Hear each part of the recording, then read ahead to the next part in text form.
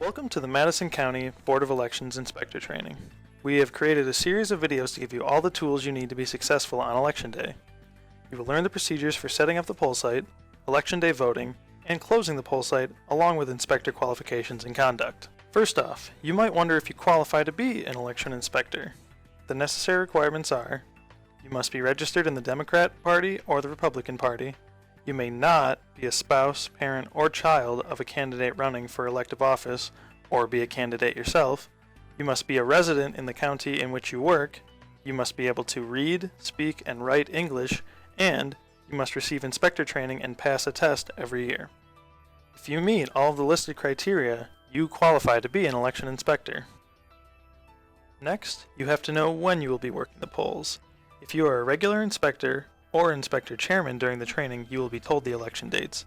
Plan on working for the general election, and you will be notified if there is a primary in your district or a full county primary. If you are an alternate or there is a special election, you may receive a phone call or email asking if you can work. This will be followed by a letter confirming that you will be working and who you will be working with. If you are interested in working outside of the district that you live in, please let the Board of Elections know. There are very often districts that are understaffed and in need of inspectors willing to travel. Once you're made aware of when you will be working, the next step is preparing for Election Day. The chairman of each district will contact the inspectors before the election to confirm that everyone is prepared to work. At this time, you can decide how to handle the various jobs, breaks, and meals during Election Day. On Election Day, there are a few expectations of all inspectors. These include arriving at least 45 minutes before the polls open, dress professionally, as you are employees of the Madison County Board of Elections and should always portray a positive image. However, dress comfortably. It can be a long day, and you may want to wear layers and comfortable shoes. Do not wear or bring into the poll site anything with political leanings. And do not wear strong perfume or cologne. As inspectors, there are a few more ground rules about professionalism in the polling place, such as taking care of your polling site, keeping it clean and organized, no food on the table, no talking on your cell phones or laptops out at the table, always be attentive to the voters, help but don't hover, no gossip and or talk of politics, remain calm at all times, and be courteous towards voters, poll watchers, and candidates. Kindly advise them of election procedures if necessary. Now the main objective of Election Day.